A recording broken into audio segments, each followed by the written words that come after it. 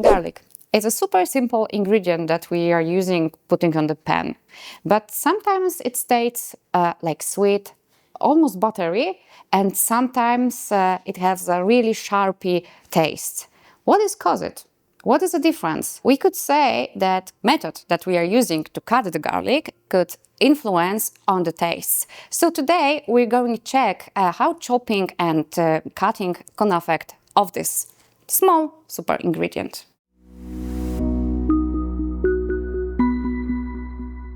So here is the first surprise. Cloves of garlic doesn't have this characteristic aroma because of ingredient that we have inside. We have allin, so it's kind of like the amino acid, and allinase, so this is enzyme that could work with this allin. When we start chopping or crushing this garlic, we start to working this enzyme, and we have this aroma substance that we can call allicin. And this is why we have this aroma of garlic that we know.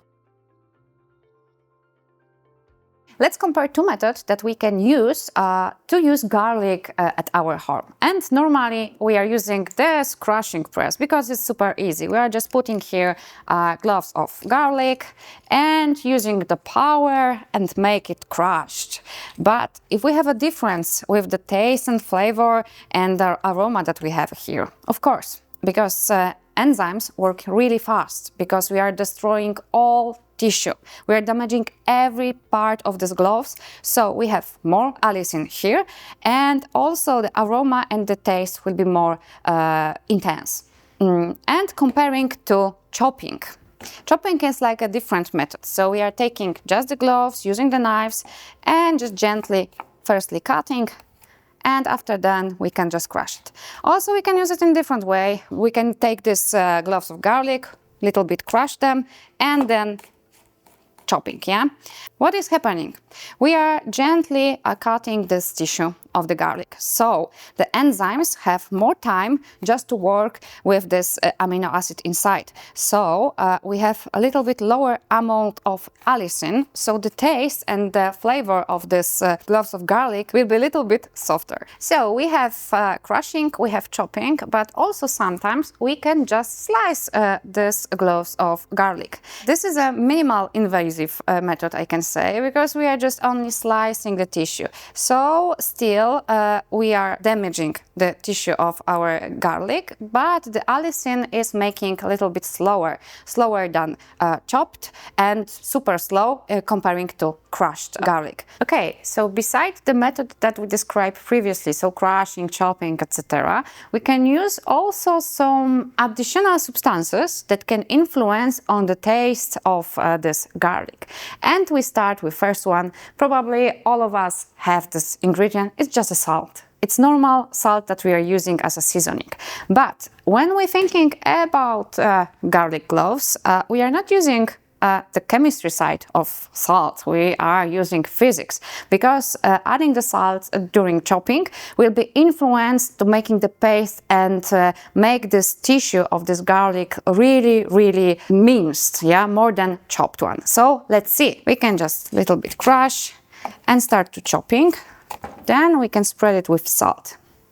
And we're making something like a paste. Of course, the salt can influence on the stronger taste of the garlic. So adding the salt and chopping and crushing, we have the something like garlic paste we can add to our dishes and improve this garlic taste. So we know how to affect on the taste of this garlic, so make it more stronger. So we have a different method that we can lower this taste of garlic. We can use some lemon juice, because lemon can can influence on acidity of the garlic. Remember that the changing of pH will be affected on enzymes working. So allicin not will be pretending so fast as in previous methods. So we can just use it here, squeeze, and still chopped. Oh, that's a seed. So we can throw it away. And we're gonna have a more gentle taste of the garlic.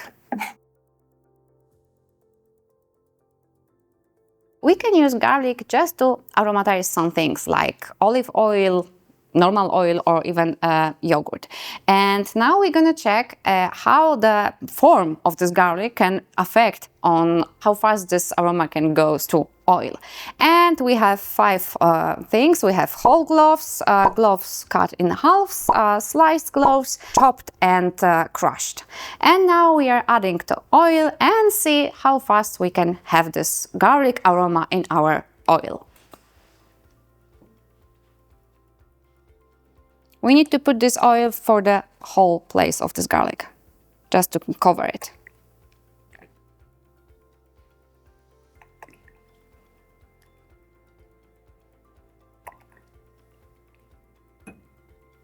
And optimally will be wait for 48 hours at least, just to have the whole aroma in our glasses. A few hours later. So let's go to the results. I hope that you have the same verdict as mine. So the most aroma we can find in glass with crushed garlic. But why? Because we have a bigger surface here and we have bigger contact with this oil, so this aroma compounds can get into directly our oil. So now let's check how temperature can influence on our allicin from garlic. So we're gonna have 2 pans and 2 different temperature strategies. We're gonna have first pan that we need to heat it up and put our garlic on the hot oil. And on the second pan, we start from cold pan, so cold oil. And we're gonna see what will happen. Let's see. A few moments later. So we're putting a little bit of oil and our garlic. As you can see, on the hot oil, our garlic starts immediately frying. And here is nothing happened.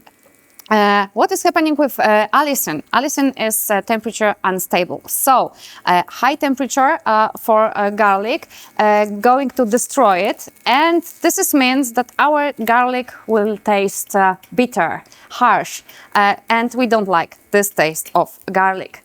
But still, we need to compare it like putting on the cold oil. It needs more time just to put the aroma and the flavor to our olive oil, so you see before. So, which method is the best? When you want impact with the taste and aroma, you can just crush it. If you want a balance with your dish, you can just chop the garlic. And if you want some soft taste and soft aroma, you could use sliced garlic. So now, choosing the method, you are depending on the taste and the flavor of your dish. So next time, when you want to prepare garlic, pause for a moment, decide what this garlic can become, because everything, it's not starting on your frying pan, but starting in the cutting method. If you don't want to miss more experiments like this, please subscribe and leave a like.